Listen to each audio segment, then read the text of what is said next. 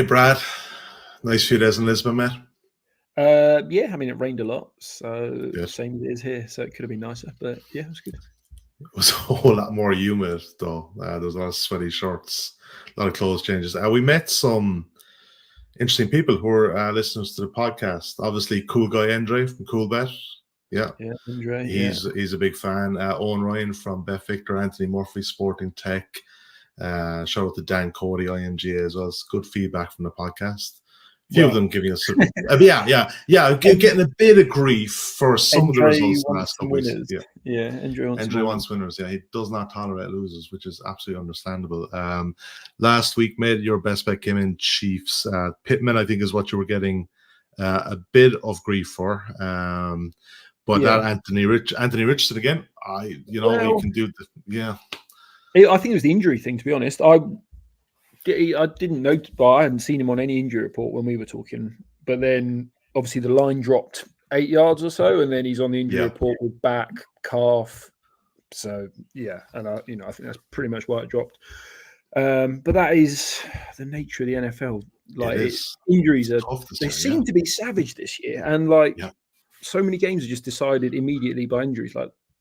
Like I don't know, if you're already down a corner and then your corner gets injured your backup corner gets injured in the first quarter, you're fucked. Like or offensive lineman, your left tackle's injured, and then your left guard gets injured in the first quarter. Like you can't block. Or like the Saints last week, and same for the Eagles O-line. Saints lost their center, had to shift everyone over, put the left guard at center, and then the Eagles lost their right tackle, their left guard, and the team could move the ball suddenly. But if you had a bet on the over, you're fucked, and there's nothing you can do about it. Absolutely. It is a variance machine, the NFL. But yeah, it can be beaten. Yeah, first half of Sunday night was good for me, 3 out of 3, and then the Brock Bowers and the Gardner Minshew showed that didn't help Bowers. I still think he got to 41. But actually on the Telegram group, I've noticed a couple of pretty sharp people putting bets in. So obviously they're not always reliant on us.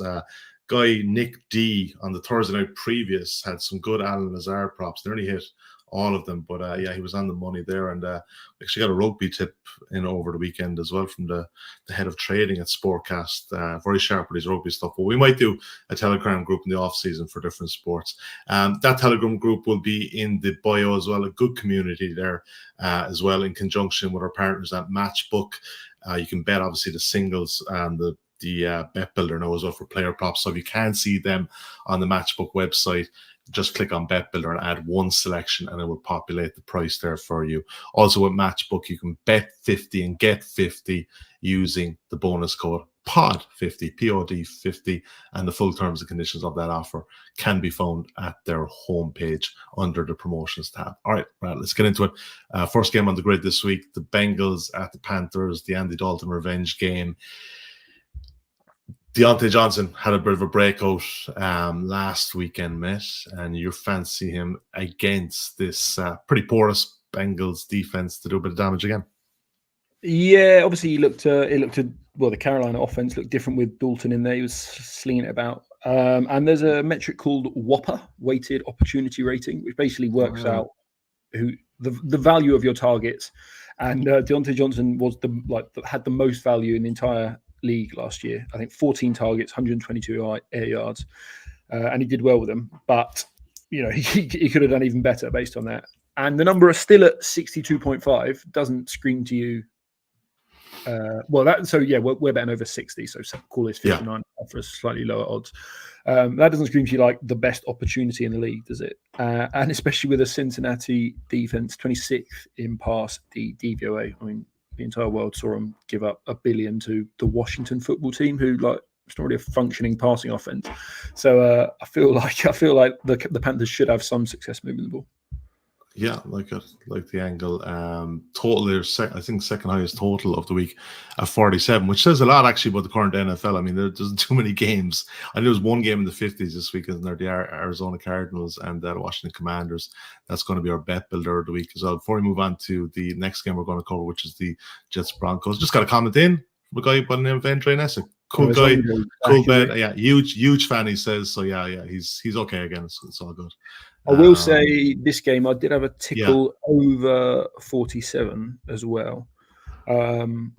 one is you kind of just spoke about how bad the Cincinnati pass D is, Yeah, but the so bad. Cincinnati offense, it kind of went under the radar that they looked to be back sort of fully firing. I think one of the best success rates of the entire year last week. Obviously they lost, but sort of Burrow looked healthier, Higgins was back, and they looked, like they were clicking, as we've seen for the past few years. So again, we've spoken a lot about Carolina, how they just stripped the defense to try and support the offense. And the talent is very poor. So I can very clearly see the Bengals putting up another 30, and then you just need Dalton to start slinging it about to try and keep up to get you to 47. Amazing how that offense opened up last week, isn't it? Remember, we were talking about all those receivers that were wide open. They're open again this time. And the line is fine. The line is good. Yep. It does just need an adult in the room to take the open throws, and the line is most fine. And even you see Chuba Hubbard as well. Saw the improvements on that. Just moving on to the Broncos-Jets game. The line is 7.5 here. The Broncos getting 7.5, 39.5 the total. But as a player prop angle I want to focus on here, the market's kind of moving with me on this one, which looks something, whether that's a good thing or a bad thing, sometimes you just don't know. Garrett Wilson under 54.5 receiving yards, 2.0. You might get a better number at a lesser price here, but look, I think this is probably anything in the 50s here I'm happy with. Look, he's obviously going to be their alpha receiver in this offense this year, but I think it's going to be more heavily run orientated with Breece Hall there, plus his backup. But it's the matchup here is what I don't like for Garrett Wilson against Pat Surtain Jr. I think this guy is legit, and he's probably even better than his dad. A few of these guys aren't, but this guy I think is. He's held Pickens and Mike Evans under 30 yards the last couple of weeks, and even in terms of Wilson getting the ball, you saw plenty of it the last time out as well against the Patriots. But I think Rodgers is cute enough that he'll probably go elsewhere here. I think if you're looking at Lazard props, Conklin, Mike Williams might be the way to go. But I think this number is a bit too high for a guy that generally a bit like Revis Island back in the day. Quarterbacks just don't go near him. The first 3 games he's only been thrown at 8 times, and a lot of that stuff was pretty simple stuff. Where he wasn't exactly playing man coverage, a bit more zone there. So yeah, slow starters off Garrett Wilson this year, averaging only 50 receiving yards per game, but he has not been up against a corner as good as Pat Surtain Jr. So yeah, I'm liking Garrett Wilson's yardage line to the under 54.5 at even money with Matchbook. Any thoughts? Well, I saw some sharp people on Lazard overs this week as well. So if you do the little bet builder, which I'm looking at, so Lazard over 24.5 and Wilson under 54. So just assume Surtain locked in Wilson and he throws elsewhere. You can get 3.25, which seems quite fruity. Like I feel like that's maybe like your angle. I feel like that's maybe a better bet. Possibly, that is true. You get paid 3.25 because they're going to move the ball somewhat. You would have thought it's not going to be entirely running it. So I quite like that little bet builder. I'm going to put that in the sheet for you, man. You've taken it. You've talked about it. I like half each. No, the correlation of it does make a whole lot more sense. Move on to the a pretty well talked about game this week. The Rams and the Bears. Rams getting 3 at 193 at matchbook.com. 40.5 is the total. And Brad, if you just put it as this simple, head coach versus head coach, quarterback versus quarterback, and you're getting points. Obviously, the Rams got the injuries, but I'm not laying points for the Bears against too many teams right now. Yeah, someone said this in the Telegram, didn't they? Monday morning, maybe. Like, what have the Bears done to deserve being 3-point home favourites? And they've done nothing. They lost 2 and scraped 1 win where they shouldn't have won, but blocked a punt and got a, I think, pick 6 or something like that. So they've done absolutely nothing to deserve this. What do I like it? One, as you say, coach and quarterback getting points. Like much. It's not close. It's not like it's 12 versus 18. It's like top 5 quarterback and coach versus bottom 5 quarterback and coach at the minute, and then the bet one's getting points. But it's also there was a little mismatch on the Bears offensive line, which I probably wouldn't have guessed, but as I read Brandon Thorne every week for his offensive defensive line mismatches, and he had Rams DL over Bears line as one of the top mismatches this week. The Bears are 31st in QB hurries allowed. And actually, the Rams are sneaky high in second in QB hurries. And they've got sort of 3 young pass rushers.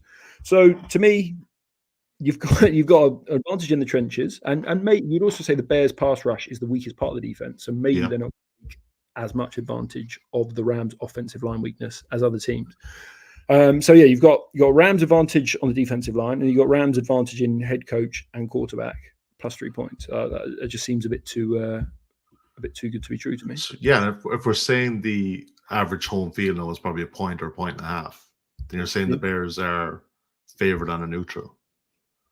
I don't know how you get there. Really, Like Rams were. Well, I mean, I thought the Bears were over it before the season, like with an 8.5 win total. I thought that was wrong.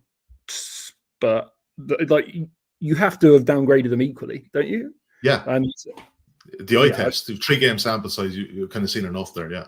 What is the market seeing? What are we missing? Is it just the injuries going? Well, they've got a banged up offensive line and no. Well, I always thought the Bears, they fell under the kind of the hard knocks tax almost. Like where people are watching them for 4 or 5 weeks, and obviously, look, there is a high ceiling with Caleb Williams. He'll probably be fine in due course. The O-line is awful; they're not giving him any chance.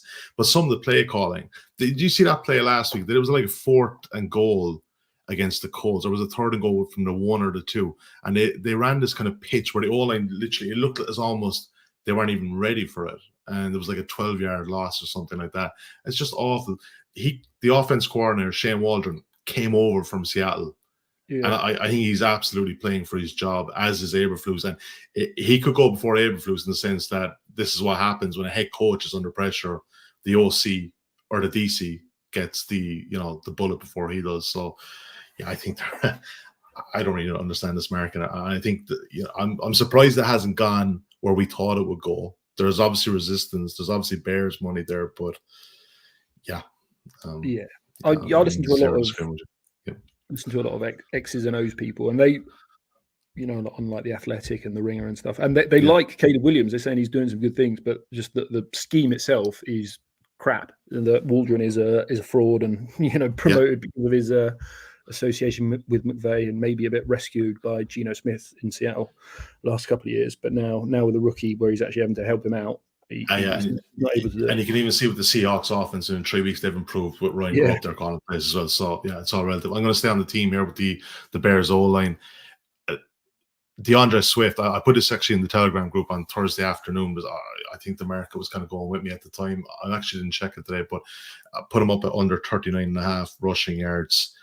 At 1.8, 3-game sample size this season, 37 carries, 68 yards, averaging 1.8 a carry. And I get that the Rams run D hasn't been terrific this year, but I think there's a case here. There's probably a kind of a running back by committee here. Roshan Johnson might get a lot of the work between the 20s with maybe Khalil Herbert getting the work inside the red zone, which, there hasn't been that much work to begin with, but I think Swift is in the endangered species area. I'm pretty sure that, if this goes sideways again this week, I don't even think we'll have a prop to bet on him next week. So I'm quite happy to take this under 39.5 rushing yards.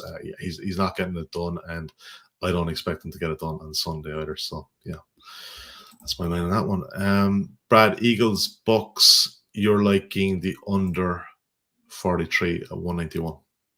Yes. I think this is a lot about, I think the Eagles are really going to struggle. So it's looking like, no AJ Brown, likely. No Devontae Smith, very likely not to go. Right tackle Lane Johnson, probably not going to go. And then who's the guard they got from the Jets? Mekhi Becton, also likely not going to go. So to me, the answer is they're going to run the ball. Like, they're going to stick it in Saquon's chest. Give Jalen Hurts the ball. Like, there's not much left in the passing game other than Goddard. And Todd Bowles has had Jalen Hurts' number 1 and 3, and he just blitzes the hell out of him. Like in that playoff game last year where they smashed the Eagles. What was the score? Like 32-10, something like that, 32-7. He blitzed him basically 70%. And just said, "I don't respect you," and just sent extra rushes the entire time, and they didn't know what to do with it. I kind of think that he might just do the opposite this time, like sort of fake some blitzes and get Hurts, looking to tuck and run. But either way, he's had his number so far. He's now got worse protection and no one to throw to except Dallas got it. Or I don't really know who the options are. Saquon out of the backfield, I guess. So I don't expect the Eagles to do a lot. Now, it was basically, do I want to bet Bucks +2 or the under? But as I was talking about last week with Baker, he's the most overperforming quarterback in terms of these luck metrics. So he's got lucky in terms of receivers. Yeah, you did call that, yeah. Receivers getting more yak than expected, like other teams dropping interceptions, like easy strength schedule. So I'd prefer the under in the end. But I wouldn't hate if you stuck it together with Bucks +2 or Eagles team total under. Basically, my main thesis here is that the Eagles are going to struggle moving the ball because Vita Vea should be back as well, by the looks of it. Yeah, so plug it up in the middle. Similar under in this game here for me. I've hit this one in previous weeks as well. I can't really understand why the line isn't kind of coming back towards, the number I think it should be towards. But Rachaad White under 39.5 rushing yards at 1.83 or 5 to 6 in fractional terms.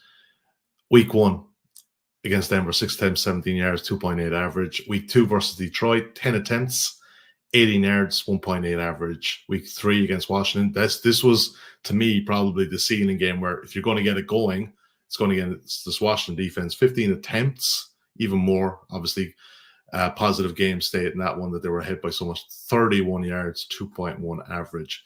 Underdog NFL had a stat there for me that only running back that had negative yards before contact of running backs with at least 20 carries is Rachaad White. It says a lot. I'm not saying he's a bad player. I've backed him in previous weeks and last season in particular. He's a very good pass catcher over the backfield when the option is there for Baker to dump it off, but he just cannot hit that line. And I don't think the O-line is helping him in many ways either. In the negative game strip in terms of where he's running, Bucky Irving actually is seeing a lot more slim down boxes. So I think that's where his rate is coming from. So I'm not going to say that automatically that this backfield is going to be Bucky Irving. I don't think it is because Rachaad White very good under pass protection. But I think here that potentially, I just don't see where he's getting 40 yards from again. And happy to play the 1.83 because again, similar to Swift, I think this is a market that in 3-4 weeks time we're not going to be able to back. So I'm keen to spot it now. All right, Matt. I've got one more prop. Anything else thrown for you, mate, before I go to the Sunday night games? Anything in the early slate that tickled your fancy or caught your eye? No, I wouldn't. I think if they announce Love in and it's like Vikings +3, +3.5, I might like that because I don't think Love will be fully mobile. No. I always like it when you get someone. Well, I should have bet Steelers last week against Herbert. Clearly wasn't healthy with the ankle, but I feel like this is kind of a similar one where the market goes, "Oh, he's back, full rating," but that's not quite accurate. Sunday night game, the Bills and the Ravens. Last one for me here, and last one for us before we get to Bet Builder and Bet Recap. Khalil Shakir, the Yak King himself, 50+ receiving yards at 1.96. I think, we've seen with this Bills offense that, there's a heavy emphasis on the run game. But I think in terms of, the correlation of this game, they might be playing potentially a bit of catch up along the way. But this guy gets it done. He's definitely one of the more targeted players now for Josh Allen and in the passing game, which it's very balanced. I think the splits is like 49-51, 51 in favor of the run in terms of their run or passing plays this year. So Shakir, I think will do quite well here. The Ravens defense is actually struggling against slot receivers. They kind of tied up CeeDee Lamb at different points last week with double team. I don't think Shakir is going to see the double teams here. They've allowed a 104.5 passer rating to slot receivers this season and given up 2 touchdowns as well. So Shakir, 50+ yards, could get this in 2 catches potentially. I'm probably wishing a small bit there, but that's how I see that one going, man. Yeah. Be a good game. I want to back the Bills because I think they're better than the Ravens, but I've heard some smart people on the other side, so I'm just leaving it. In related news, I do have 5 baseball bets today, so I'll chuck them in the Discord. I'll chuck a couple in the Discord because we're sharing. Telegram. Telegram, Yeah. Telegram, yeah. Because you're on the right track. Baseball ones, I love it. I mean, the rugby one, like you said, it's a good time of year. It's a good time of year because like teams are clinching. Like Oakland yesterday had their last game in Oakland, so I'm sure they had a piss up in Oakland last night. So I think we can fade the A's tonight. You know? Playing those angles. All right, bet builder of the week, bet. You'll see a theme that Arizona is a pretty popular one for these. We've hit the crossbar a couple of times in the last couple of weeks, and don't forget, if you place this with Matchbook, they'll give you. I'm trying to get it up to 10. I think we might get it up to 10, but I think at the moment it's 5. But I'll convince them. I'll twist their arms to get it to 10. It's in the Commanders. People would love you, Sully, if you got it up to 10. Exactly. Let's just start doubling, and then we get to 10, and who knows where we can go from there. That'll be in discussions. I didn't bring it up at SBC this week. Commanders and Cardinals. So let's take the Arizona side of the ball first. James Conner to score anytime. Marvin Harrison Jr. to score anytime as well. Marvin Harrison Jr. 80+ receiving yards. You can basically just plug in Jamar Chase this week or Marvin Harrison for Jamar Chase on Monday night. 80+ there. And Jaden Daniels, 225+ passing yards. He's got the deep ball going. I think they're potentially unlocked something there. And Arizona secondary is not that good. I think there's a bit of a bounce back from Arizona this week. I think Detroit defensively did an unbelievably good job. Maybe Arizona's time for Drew Petzing to take stock in this, but I don't think they're a bad offense. So that pays 7-1 or 8.0. And if you back it at matchbook.com, if that loses, and we're going to click one of these pretty soon, you'll get £5 back in free bets. That was the highest total of the week as well, Brad. All right, let's do a bet recap, mate. I know if some people actually do fast forward to this part, so I'll try to go slow for those people who are cheating ahead. Yeah, cheaters. But look, if you do that, that's grand. Please download it. Please give us a review and all that. It does get it out to a wider audience, and we'll let you off at that point. All right. First off, Brad picked Deontay Johnson 60+ receiving yards at 175 in the Panthers Bengals. I went with in the Broncos Jets. Garrett Wilson under 54.5 receiving yards at even money up against Pat Surtain Jr. Brad loves the Rams +3 at 1.93. I also love this one. In the same game, DeAndre Swift, Bears running back, under 39.5 rushing yards at 1.8. Eagles Bucks, Brad likes under 43 at 191. Same game, I like Rashad White under 39.5 rushing yards at 183. You can probably see a team here with some of these running backs. And in the Sunday night game, I like Khalil Shakir 50+ receiving yards at 196. And we covered the bet builder of the week. You can scroll back, and that'll be in the Telegram group as well. Also got a YouTube channel we'll leave in the bio as well this week, because someone said to me that they sit down at nighttime. They don't want to put the headphones in because the baby's on their monitor, so they like to watch things on YouTube. I can't remember the guy's name, but it does make sense. We're trying to appeal to all audiences because not everyone gets to go to walk the dog with the podcast in his ears. Best bets, Brad, of week 3. Which one are you going for, man? Let's do the Rams. Let's do the Rams +3. Lovely stuff. I'm going to go DeAndre Swift because I put it in Thursday. That was the one I played early in the week. So yeah, DeAndre Swift under 39.5 rush yards for me at 1.8. Brad, pleasure as ever. Appreciate it, mate. Like I said, if you're out there listening, please give us a favorite review, thumbs up, 5 stars, nice comments. It gets our content out to a wider audience. And check out our Telegram group as well. Some pretty sharp people in there, and Brad's promised to do some baseball bets. Okay, until next week, best of luck with your week 4 bets, and we'll chat to you soon. Bye for now.